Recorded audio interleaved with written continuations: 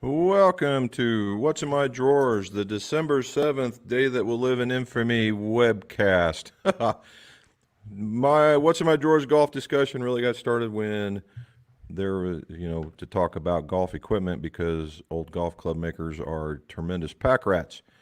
And it's just been going better ever since. And that's thanks to you guys. And so we talk about golf equipment, golf fittings, repairs, opinions, whatever else might come up.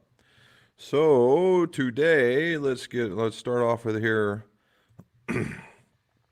Yesterday, we'll call it today, 14 years at this location. And we've been doing it for a lot longer than that, but right here, 14 years. And in the golf industry, that's got to be some kind of, record. And we started this thing.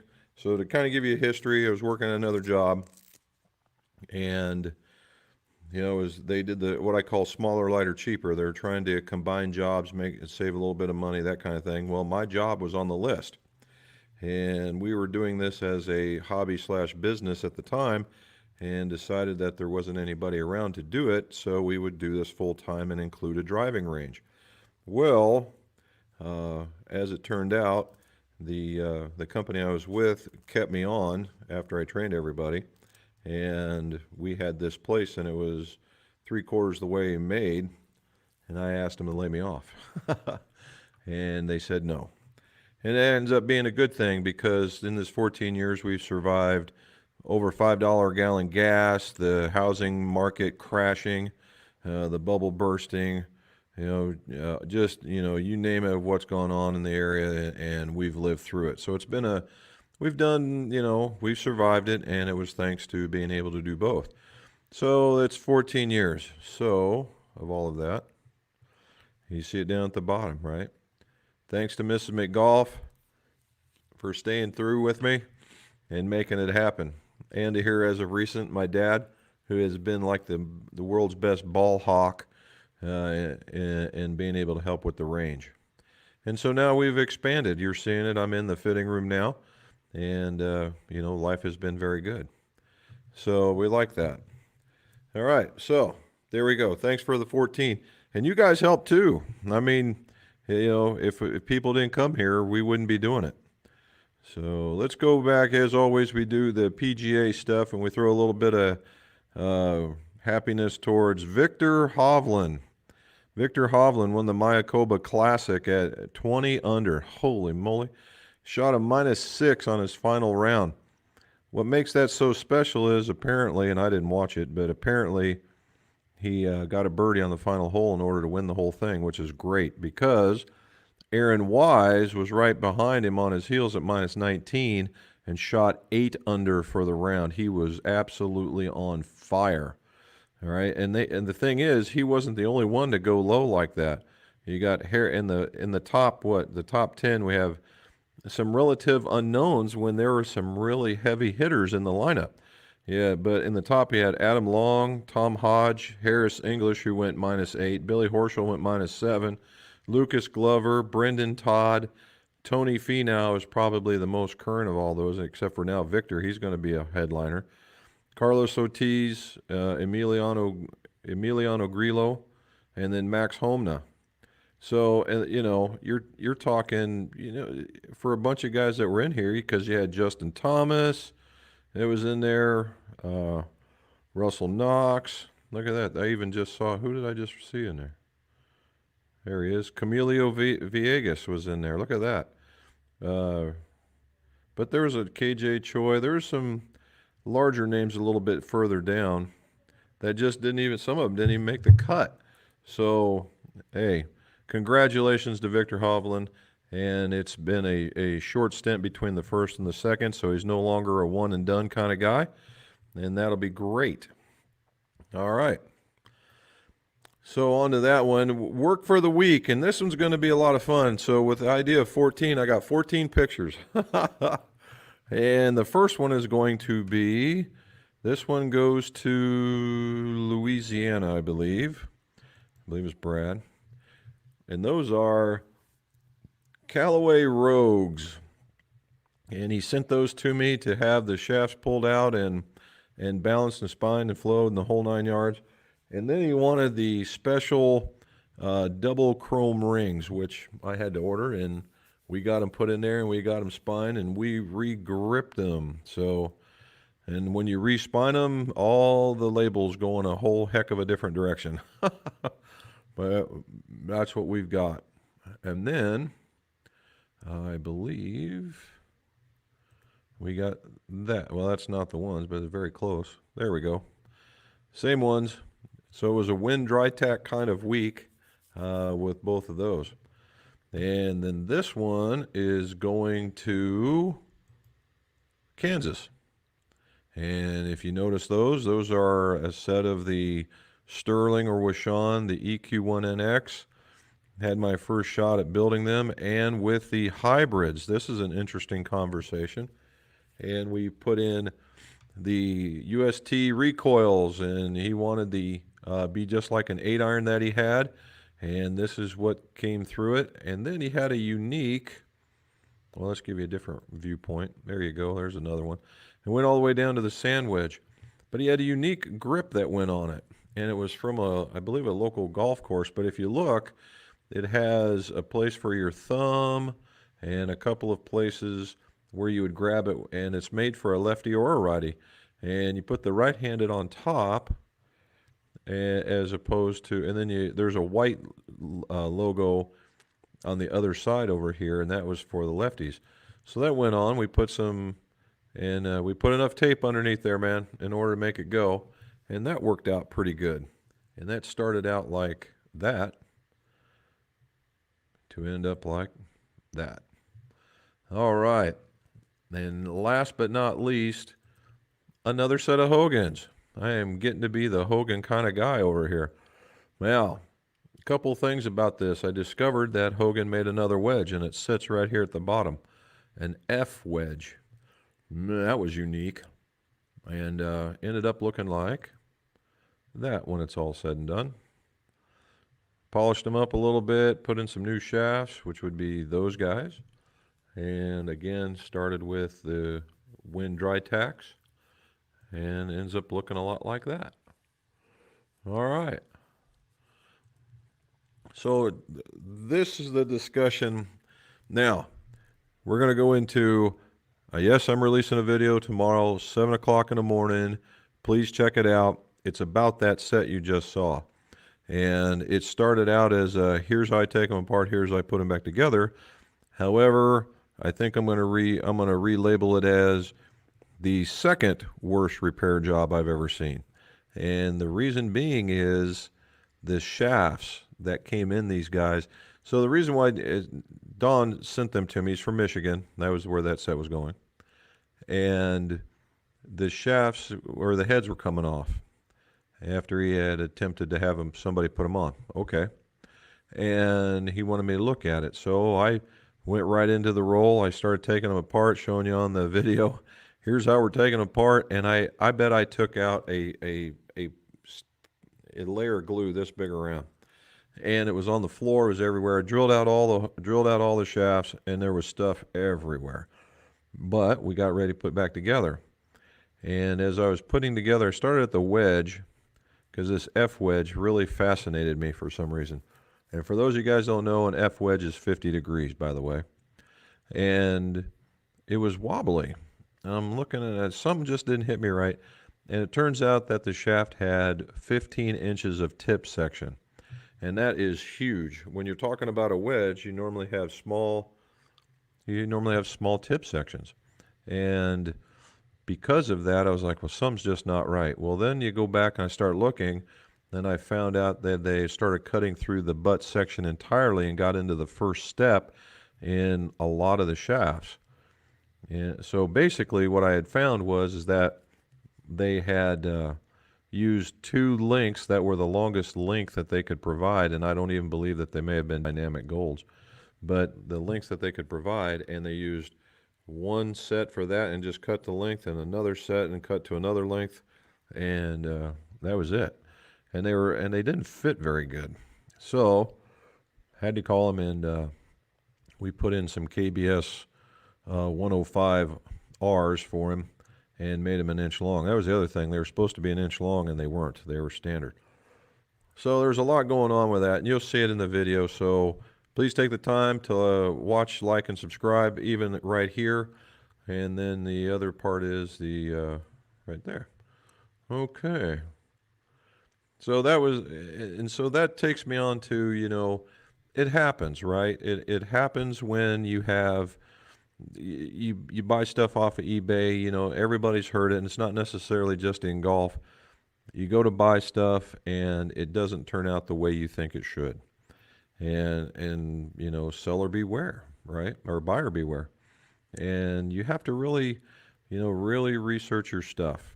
And in this particular case, I don't know if necessarily, I think he got taken.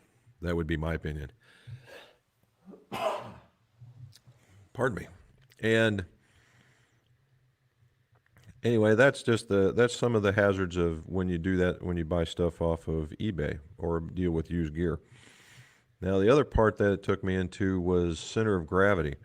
And I did some measurements of center of gravity with the Rogues, and it was some really interesting stuff, which is going to be in yet another video, and we're going to use that on a topic for next week because I'm still doing a little research because I think it's some interesting stuff, just center of gravity. So we got through all of that. So, so that's where we're at.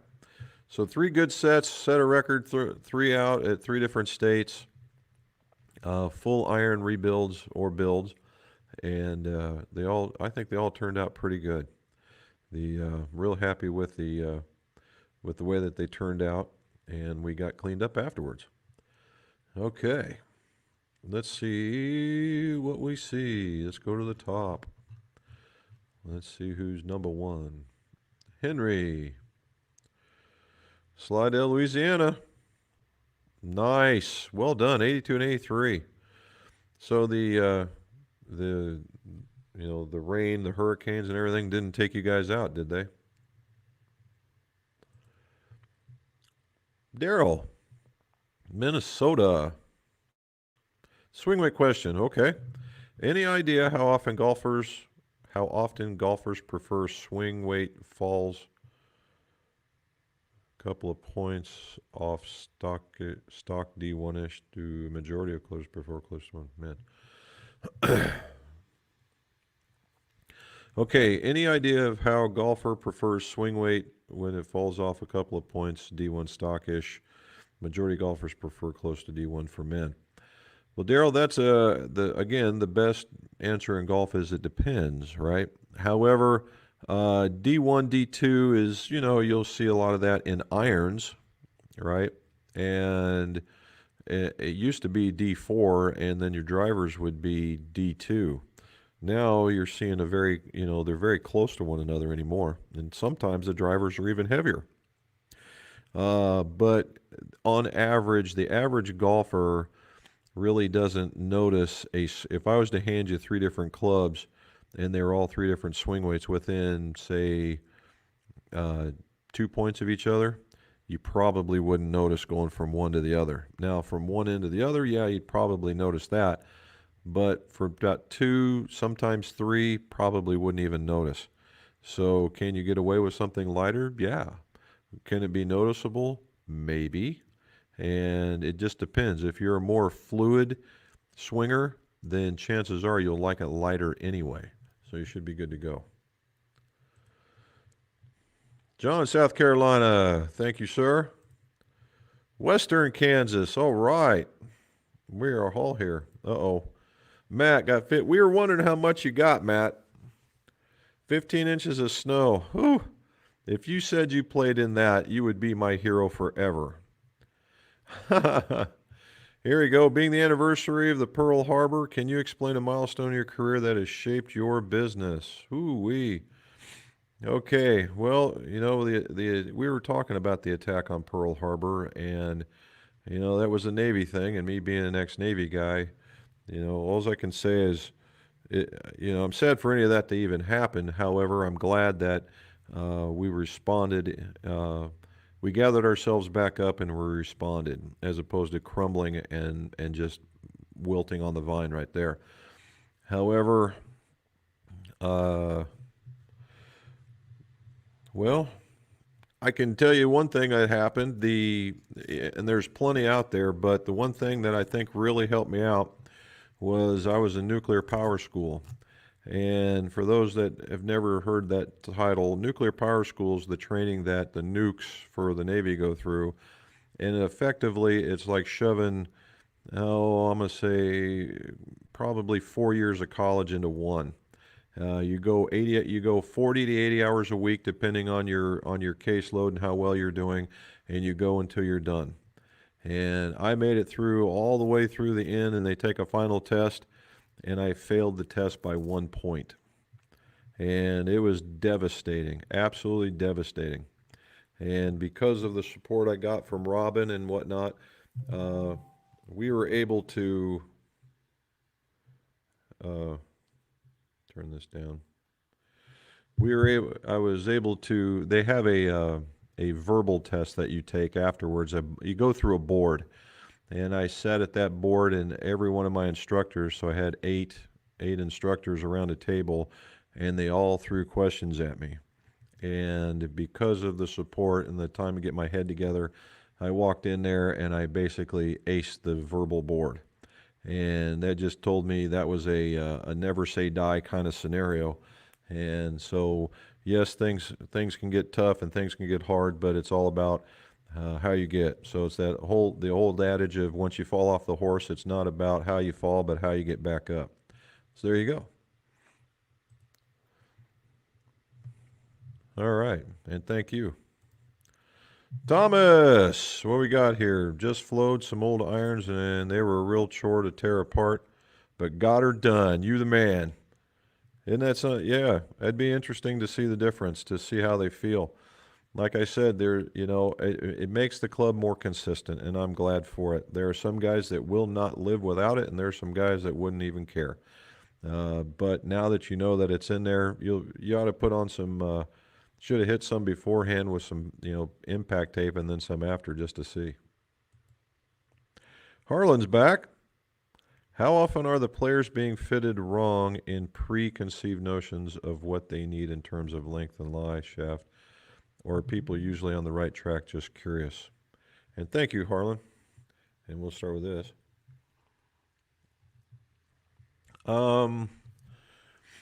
Well, what I would think is there's a lot out there where people just think that it's not that they get fitted wrong, is that they don't get fitted at all.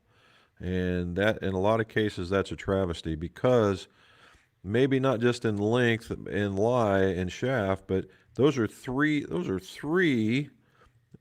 parameters on a club, and at least one of them is off almost always.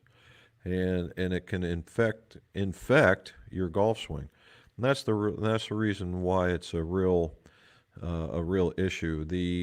Again, in my opinion, you see a lot of those wrist to floor management type things, and they were good. They're over conservatively short, in my opinion, because the normal guy's gotten taller. Now, shorter may not be so bad, but if you've got bad backs, if you go to the extreme, it could be an issue. But it's not in fitting in the wrong. Well, and I'm going to throw a little shade to OEMs as a whole, is that a lot of OEMs, if you go to those demo days, unless it's blatantly obvious that the club is either too long or too short of some variety, chances are they're not going to deal with it to try and tune you into that, because it's special order. When you can just go right in there into a store and go buy one, and they'll say, well, maybe the lie angle might be off because the club is something else, as opposed to addressing length. In a lot of cases, now there are some guys out there that are just top notch, and they will do that, and you'll get a quality experience. But as a whole, I would say that probably not. Pos. Now there's a new one. Good evening from, well, thank you, sir, from London. And How does it feel to be allowed to be outside nowadays? And thank you. Brendan, Northern Ireland. All right. How did it go for you, man? Did you get sore from all that getting around there? Holy moly. Thank you, Sean, and same to you. Merry Christmas. There we go, Space Coast, Al. Ah, okay. Krister. Krister? Krister. Krister. Okay. All right. My number one Sweden guy. You are the man, sir.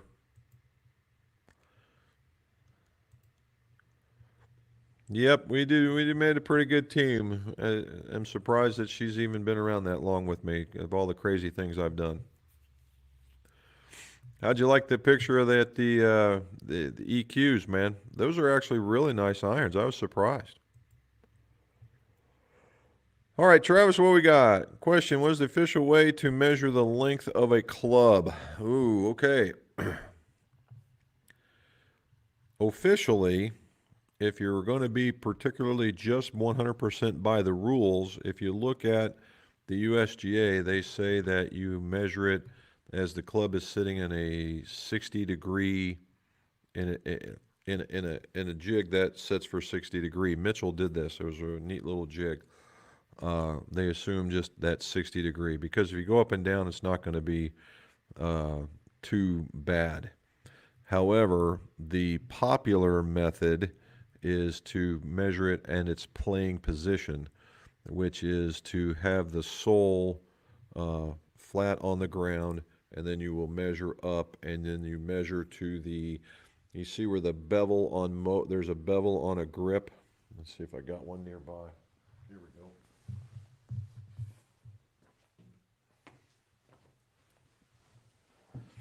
And then you would measure to here at the shoulder of the grip, not the top.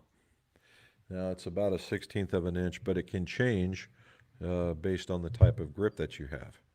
So that's the way, and that's the way that I do it.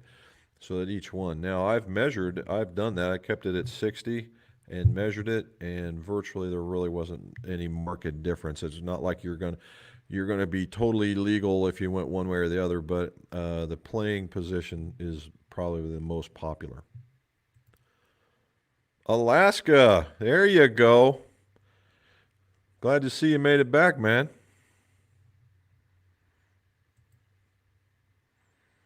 Lombard, Illinois. Thank you, Jack.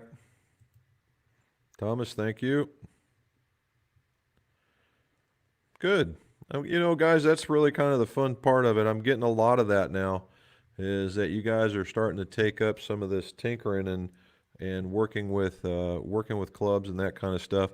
And really, that's kind of the fun of it, right? You know, we used to teach guys that were in the PCS, which is the Professional Club Makers Society. You know, we taught a lot in there. We talked about fitting. In fact, I think I still got an old book of how we used to teach fitting, and then we took off on now what was called the ICG, the International Club Makers Guild. And there's another one, the ACGP, and for the life of me, I can't remember what it stands for. But I guarantee you golf and club making is in there somewhere. And just, it's normally a really cool exchange of ideas. But I think this embracing the social media is really where it's at now in order to get that word out. So now we just need to convince the friends at Golf Mechanics and and Golf Works to get with us and hook us up and deliver that message, huh? Pooey from Cornwall, thank you for staying up that late, man. Oh my goodness. Woo! I figured you guys would be tearing it up.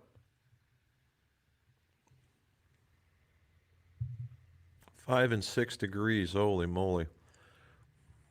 And I'm trying to figure out, that's just barely, that's like just this side of 40 for us, I believe. That is amazing. You guys are stout, I'll give you that. James, hello. Here we go, Travis. Where's a good place to buy a new driver shaft with grip, adjustable tip, etc. Looking for specific set up so you can't just go to the store. Well, you're looking at a guy. Depends on what you're looking for. Depends on where. You know, so there's a lot of questions there. Number one, what kind of driver shaft? Two, what kind of tip to go in it? Because each one of those OEMs have got a different one. And then what style of grip, and then how long do you want it, right? So there's a lot going on with that question. But I mean, guys like me can do that for you. You could probably go to a Golf Galaxy, maybe. I don't know if they would put in a tip section for you or not without the head. But if you look for a custom guy, they certainly should be able to help you out. I want a more stable, harder, and lighter iron shaft that is heavier in the hands. Today, I have the S Taper 120 stiff and would like C Taper Light S, so around 90. Okay, you are like the world's best tinkerer, man.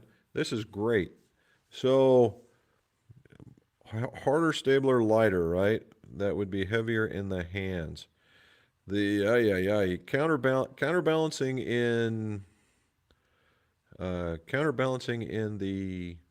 irons really hasn't been a thing. It's more in the driver, but the C taper light. So if you're, of course, in the round swing speed at 90, that's close. Yeah, you're right there. Trying to think. If you like the dollar taper stiff, they do make a 110 in the light, and I would go up one for you to be more stiff. So the 110X maybe. The other one, if you're putting them in there and you're using taper tips, the 105s, the standard 105 tends to plays stout, and it plays more than advertised. And if you went with like an S plus, you'd probably like it. And then you might look at, if you want it more heavier in the hands. I know you're experimenting with different grips and whatnot. Look at putting just a little strip of lead tape, underneath the grip. See what happens. Thank you. Is there a good way to find out what the balance point of a shaft is before buying, specifically looking for a more tip-heavy driver fairway shaft? Some of the manufacturers will put it out. I won't say all of them, but some of them do. And the only other way, if you were interested in a particular shaft, is to actually write their customer service department and ask them outright, because they will have that information. It's just probably not something that most people go looking for. Okay. Now, I will say, as a whole, as the shafts tend to get heavier and more stiff, that it does go down towards the tip. I'm sorry, it goes the other way. But we're only talking about moving stuff about this much, right? You're not going to go like, I got something in the tip section, I got something in the butt section. It all moves within a span of this much. So, but I would call the manufacturer, write them, email them, and ask them directly. Can you bend a Mac Daddy from 54 to 52? Yes, you can. Very soft club with almost no issue. I will say almost, because there's always that 1 in a million shot. Syracuse is in the house. We are all over the map. There you go, Phil. So, Glenfiddich, special edition 2Xs. And they didn't put it in one of their casts to give it the darker color. So, and it is stout. Whew. Robin's answering now. There's Dave, Michigan. Thank you, sir. I compete in long drive. Have you built any long drive clubs? I have, Luke. It's but not. I will say not very many, but I have. That was back in the time when I could get 4-degree clubs when they were, the in the day, right? And you would get finding something that was 2x or even 3x was almost unimaginable. And you could find them, but it was at a phenomenally high cost. Now it's a little more common, so that everything's kind of calmed down. So, you can go to like the horsepower golf and crank, and you can get those things taken care of. I would imagine that, if you're doing OEM type stuff, it'd be a super special order, but you could probably pull that off. But there's a couple out there. But, right now the popular models are cranks, and you can go horsepower golf. There's Pedersen that gets out there and he does some stuff. Where's another one? There was another guy out there that was doing it. But yeah, I mean, if you want something built and you just tell me the length, that's another thing. Going back to measuring the length of the club, in the day, the long drive guys used to just set it up against a wall. They would put it up against the wall and they would measure it. And there was guys that were becoming illegal because it would make the club longer. Thank you, sir. Edward, what do we got here? Edward, having a problem with putter grips. Super stroke 3 too small, 5 too big. Also want more tackiness. Any idea? And you're gaming the BB45 and Bettinardi. Bettinardi's up in their game in like style points, right? They really haven't changed the models per se, but the things that they're doing with the Kool-Aid Man and the Cheshire Cat and that kind of stuff, that's kind of cool. So it depends on the way that you like to grip your club. If you're looking for a super stroke or a rounded kind, there's two things you can do. One is check out Win. Win grips are in different sizes than super strokes, and they do it on purpose. And some are slightly larger than the next. You could get away with that one. And the way that they made, you may be able to put maybe a wrap of tape underneath. Not a big fan of doing that with those because not super strokes, you won't feel a thing. But in wind, it's a little softer under the underlisting, and you might feel it. But I would check their sizes out first to make sure it feels good in the hand. The other one that I like is check out Garson, their Garson Max grip, but it's a different shape. It's not a flat on the top. It's a like point like this, so that both your thumbs sit on both sides. So it's a little different, but I like that feel. It's a little bit bigger than a 2, and well, it's right around a 3-ish, but you hold your hands differently. But that's too much. I would check out Win.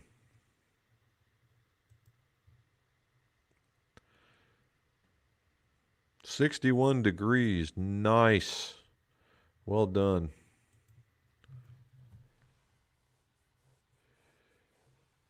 Yeah, they were. Well, I don't know where they went, Thomas, but I did check, and the one wedge was somewhere in the vicinity of 20 cycles softer, and that's about around 4 flexes. So it was pretty substantial change. He will certainly notice it. Whoop whoop whoop whoop whoop. I'll go back up here. There's Chris. You know, I remember when we used to go to eBay and you could find stuff that was very inexpensive, and now it's not so much. I agree.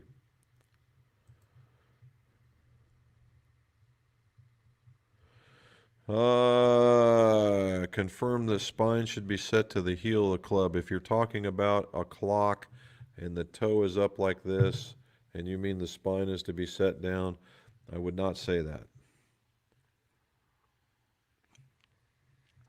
What I would say, what I would say is that there is This is a chicken or the egg, or even why does he cross the road kind of thing.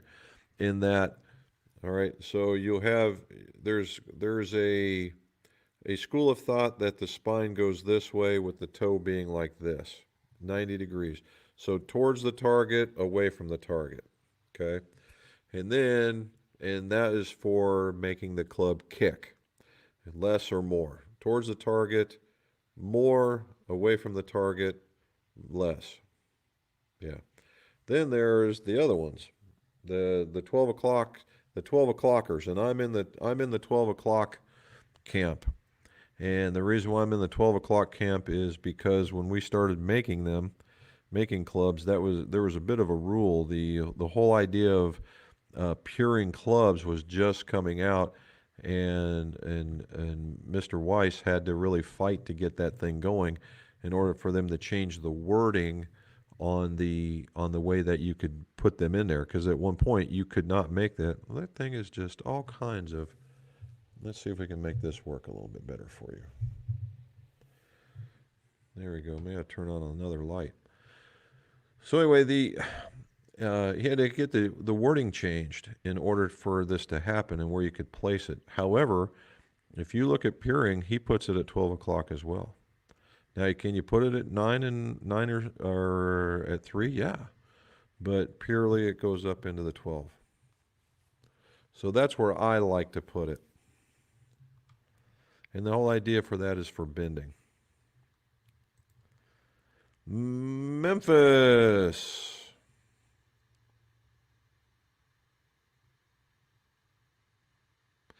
I did, Chris. I did. I was a KZG dealer. I met, what was her name? Not Kim. I think that was the daughter. Met the lady that was in charge. And we got on board and made lots of clubs. And they had quite the arsenal of irons, and they were really starting to stock up. And then they changed their business model. And yeah, they weren't real friendly with lefties, but they did have some, I will say that. And they did something that no other company did that I was interested in. They made a cast club and a forge club of the same kind of model. You don't see that every day. And I used to give it to people to see if they could tell the difference.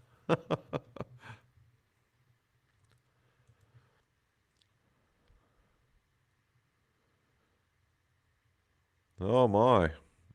One day we're going to go, I'm sure. It would be nice to go see that. There's Scott. Thank you, sir. I don't know, man. This weekend there might be some golf out there. I'm told it's supposed to get up into the 50s. I don't know about the rain or not. Okay, here we go. Since I have no club fitters here in Anchorage, where can I get to learn online or in person so that I can come back and help people in my community? Roger, I believe if you're looking for a class, just a class to take online, I believe GolfWorks offers one, and you can take it online. And they should send you some materials, and you can study from the house. I've never done that. The guys at GolfWorks are a good group of folks, but that would be the first thing. The other one is I would look at with Sean and again GolfWorks. They both have fitting books that are very much worth the read. With Sean is very easy to read, and once you get through it, you understand some of the wording, and then you could go to the GolfWorks side of the house. And they're not exactly the same, and that's a good thing. It kind of gives you a different perspective of what you can and what you cannot do when it goes to fitting, and something that will fit your eye, right? That's what you want. And read those too. You'll be far ahead of a lot of folks if you knew what was going on in those books.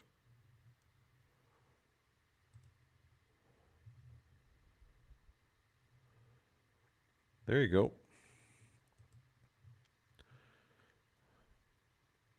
Yep, we ate just about enough. And rainy and cold in England. I just wondered, I was feeling, I don't know if I was feeling sorry for the golf courses or the superintendents when you guys got released from your stay of being outside, and for the golfers, if it was going to be even the slightest bit of available to play, I figured that those places would be packed, and I think there might be.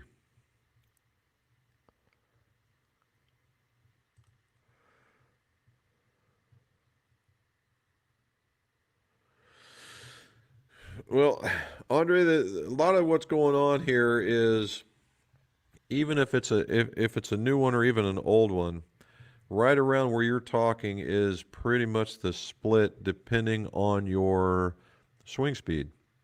All right. Specifically now, if you're using new irons, that the 4 iron is very, very low lofted and is very much like what a 2 iron was in the day. And and specifically because it's bladed, the center of gravities are going to be a little higher in the design than if it was a like a hybrid utility club or a driving iron or something along those lines, or even a hybrid for that matter. And so it's going to be really hard to get off the ground. Where you probably are striking it very, very well on the 5 and maybe just missing it slightly, or maybe just don't have the swing speed to push it up in the air. And that's not uncommon. All right, that is not uncommon. We've had eh, the preponderance of all my clubs that we build here start at the 5, and for that very reason. Unless somebody is really big on gotta have it and they're big time good iron strikers, then sure, go to the 4. But I can count this many on how many threes I've put in the bag just because of a lot of that very reason. And anymore, the hybrids that are out there, there's a plethora to choose from, and I would look at those. Look at that, Chris is on board. What's my opinion on the company Hampton that makes the solvents, grip tape, epoxy? Are they good products? The uh, Hampton products are the lanolin based. It's a lanolin based solvent that goes on there, and there's a funny story of that. But so what you do is you can use basically a squirt bottle, and and that's all you need, and then maybe one or two inside the grip, and slide it on as much as you can, because the lanolin does not dry as fast as, say, mineral spirits or the Florida Chemical one that you get it from Golf Works. And but it's also not chemical; it's lanolin, and so there that you have that choice with that. The tapes, the grip tapes are fine. The epoxy I've not used unless they've been rebranded with a GolfWorks label. I've not had a chance to use their stuff, but the solvents are good.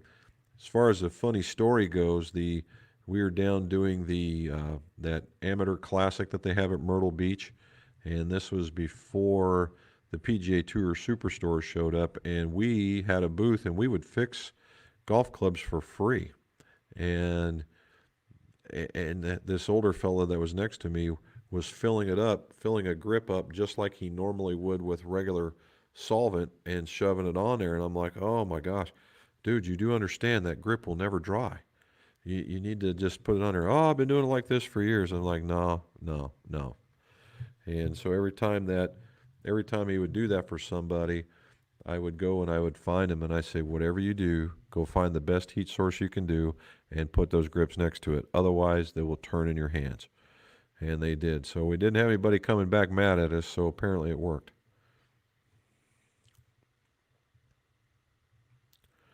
There you go. This guy golfs. How do one links work if length and lie matter? Well, the if you have one length, you have basically one lie, and that's at least that's how I've been looking at it. And the whole idea of the one length, and one of these days I'm gonna have to ask Mr. Wishon if he'll come on. Uh, the whole premise, and let's use Bryson DeChambeau. One length, one swing, one stance, one plane, the whole 9 yards. And the only thing different is the lie angle, or the loft angle, sorry. And you get different results by swinging the same club the same way. There you go.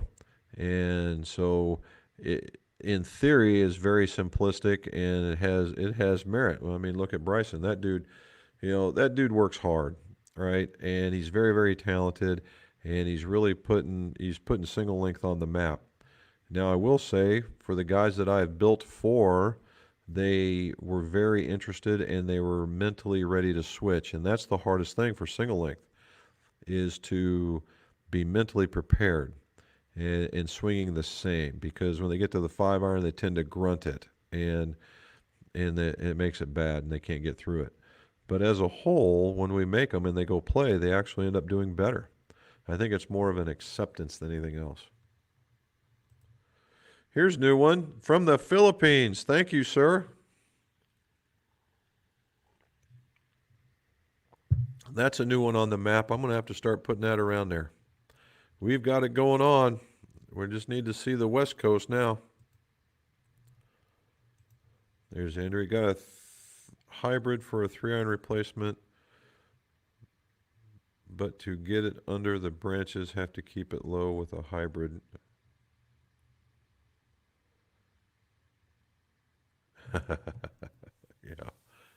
Well, the hybrids are really made to get things into the air. That was when we were talking about the other one. Normally, if a guy needs a 4-iron, that's normally what he's thinking. He's got to keep it low. Now, I'm going to steal a swing thought. If you're going to try and keep things low using a hybrid underneath, you're really going to have to lead. You're going to have to lead your hands beyond the club and hold it, right? And you're really going to have to almost not hood it per se, but you're going to have, when you go to swing, you're going to have to hold on and lead through in order to keep the loft down and hit that penetrating shot. And it takes a lot of effort. I will say that. It takes a lot of effort. Steve, what do we got? Hey, Steve, just checking in. Parrish, Florida. Thanks for the advice on how to get recommended. And he's on Facebook. Well done. Thank you. And the advice on how you recommend the dirty side, clean side for my shop. Good. Send me a picture, man. I want to see. I want to see how it works. I want to see how it looks on that. I really do. I want to see I'd like to see some new shop setups. I will say this, there's a fella in Cincinnati who gives me credit for teaching him how to do ferrules. And he came up with a Lazy Susan method, and it's got all his buffing machines, and it sits in a Lazy Susan maybe, I'll say 3 foot in diameter, and he's figured out how to get all the cords in the middle and still spin it around without losing any integrity, which I thought was just ingenious because it also locks in spot. That's good, but I really would like to see that. There's Camilio. Thank you. All right, sir. Be good. Be careful. The TS3 of the Pro Force Gold was awesome. Nice. Glad to hear that.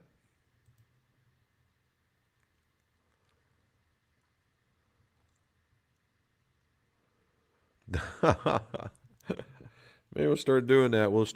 You guys start sending me pictures and I'll start posting them up here as something to do at the beginning so we can start doing that.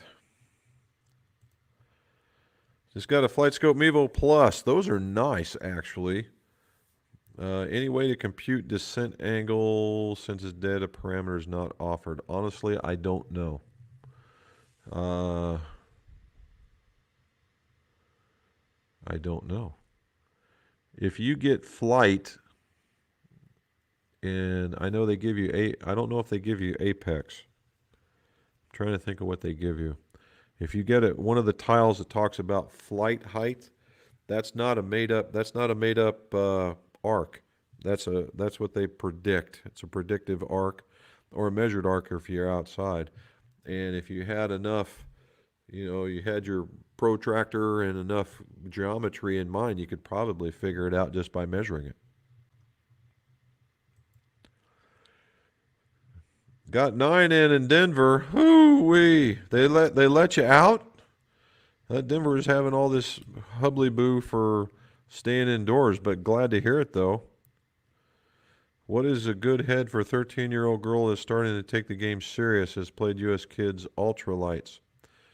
Okay, well, at 13 years old, there's two things you can do, Spence. The number one is U.S. Kids has a what we'll call an elite model. I'm not even sure what they call it anymore, but they used to have what was called an elite model, and the driver was actual titanium, and the heads were fashioned for a better player. The clubs are slightly heavier for the people trying to take it serious. They were extraordinarily good clubs, to say the least. The other one, and probably the one that you'll end up going with anyway, is at 13, and this is true for guys and gals, it doesn't matter. And you hit that 13, 14, 15, you're officially in what I call the tweener stage. And not a kid anymore, but not quite that full grown teenager, you're a tweener. And they do make sets for those. Callaway, Ping, Wilson. I'm trying to think. Oh, I am sure that Cobra or something like that. I am sure that they've got their versions of it as well. Those are certainly options because they will measure. Some companies have based on age, some companies based on height. You have to take a look at each one. And the last one for a 13-year-old, and let's just say she's strong. If she's strong, you might just consider ladies' clubs in general and just to have them cut to size. There's always that one. But I would think that the tweeners would probably do you right. Do you think there's much difference between the Dynamic Gold S300 XP to the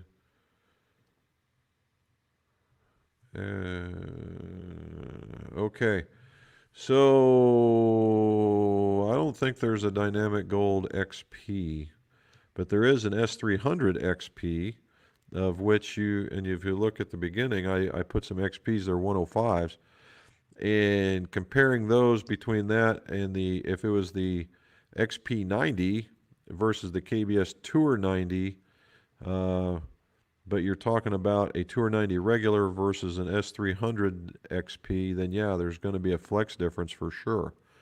The profiles are just ever so slightly different, but they're kind of soft in the butt, stiff in the tip kind of thing.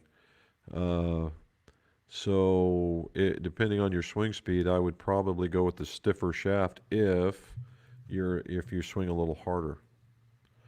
Although I am a KBS kind of guy, but in this particular, the XPs are really nice. FST is the umbrella company to KBS. They're the bigger corporation to KBS. You won't see it the other way around, but that's how it is.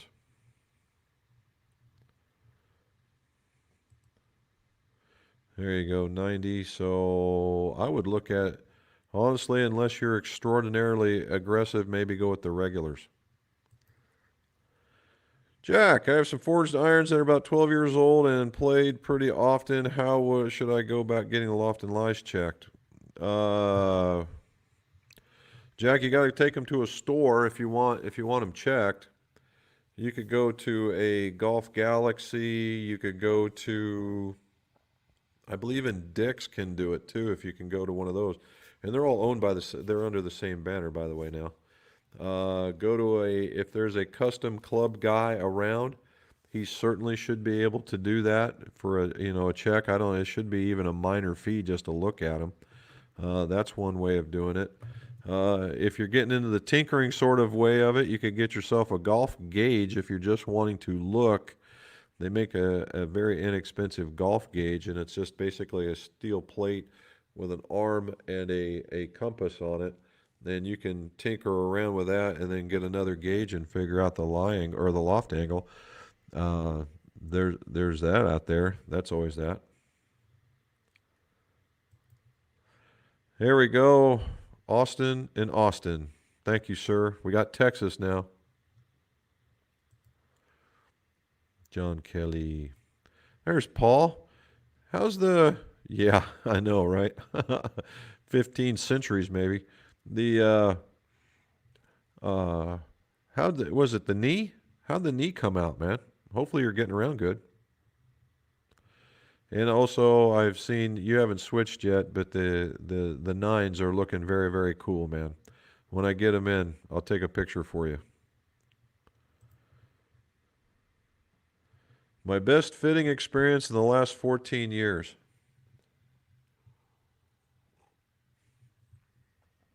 Well, they've all have their own little uniqueness, but I can say the best fitting experience that I got out of for a guy for increase in distance, I got a guy 150 yards. Yeah, I said it 150 yards. Now, what happened was a guy came in, he was 6'5" and said he couldn't hit the driver 50 yards. And I said, there's no way. You got to be able to hit it further than that. And he swings, and sure enough, he only hit it 50 yards. And it was only because he was swinging from about this wide. And it was obvious he was protecting something. Like, when people go get knee surgeries or shoulder surgeries, that they're protecting that in order not to get hurt. Well, I asked the gentleman, I said, have you had any surgeries lately? That was it. That was it. Had a spine fuse, had a big old scar right here, had a shoulder thing done, had this done, had that done. Just this laundry list of things. I said, are you okay now? And he said, yeah. I said, okay, Stan, we got back up on the hitting mat. And I said, now get ready. We're gonna extend you a little bit. And he goes, okay.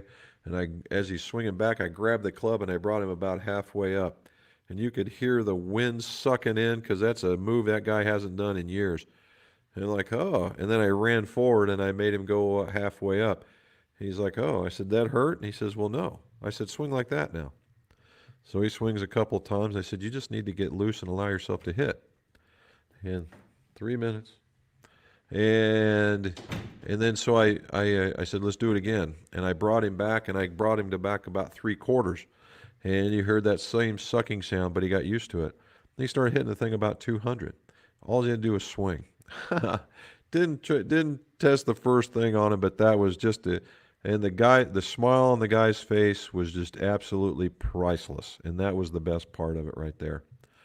One of my more interesting ones is that I got to fit some celebrities. That was kind of neat.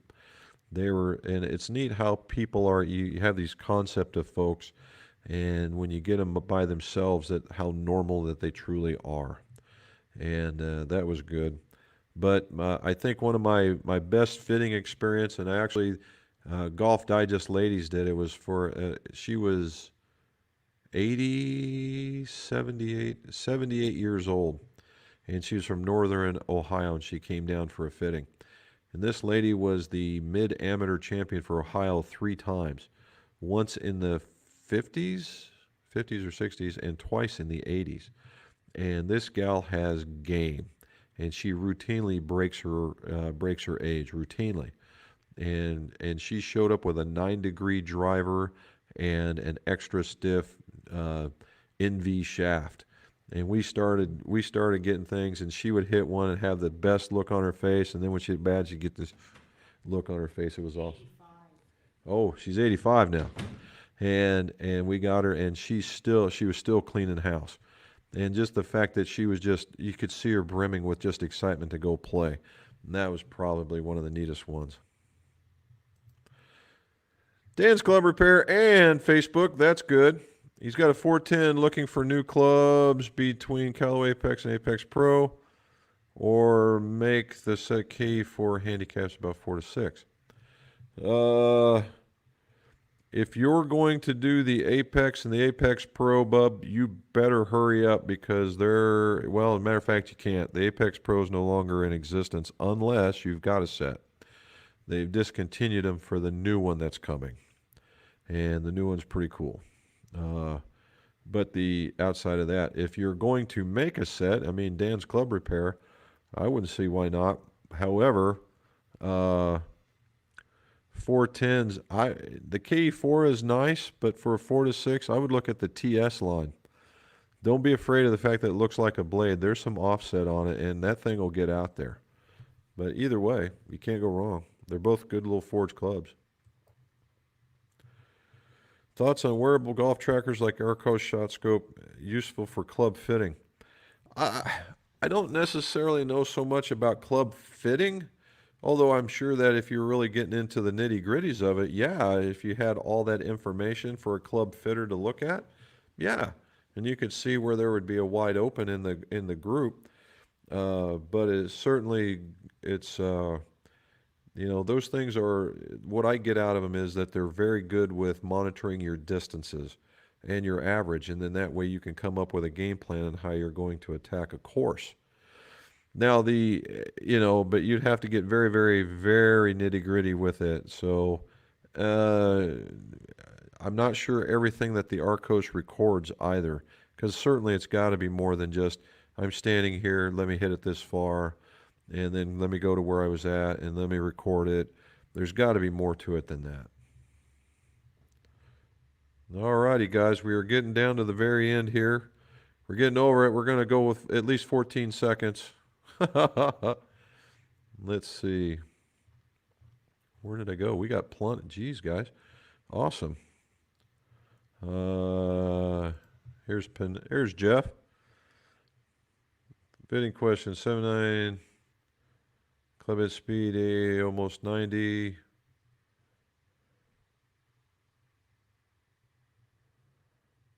With a little flatter descent. That's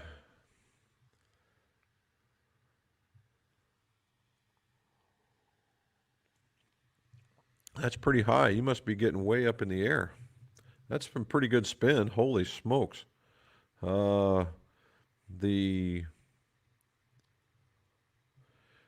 I would, you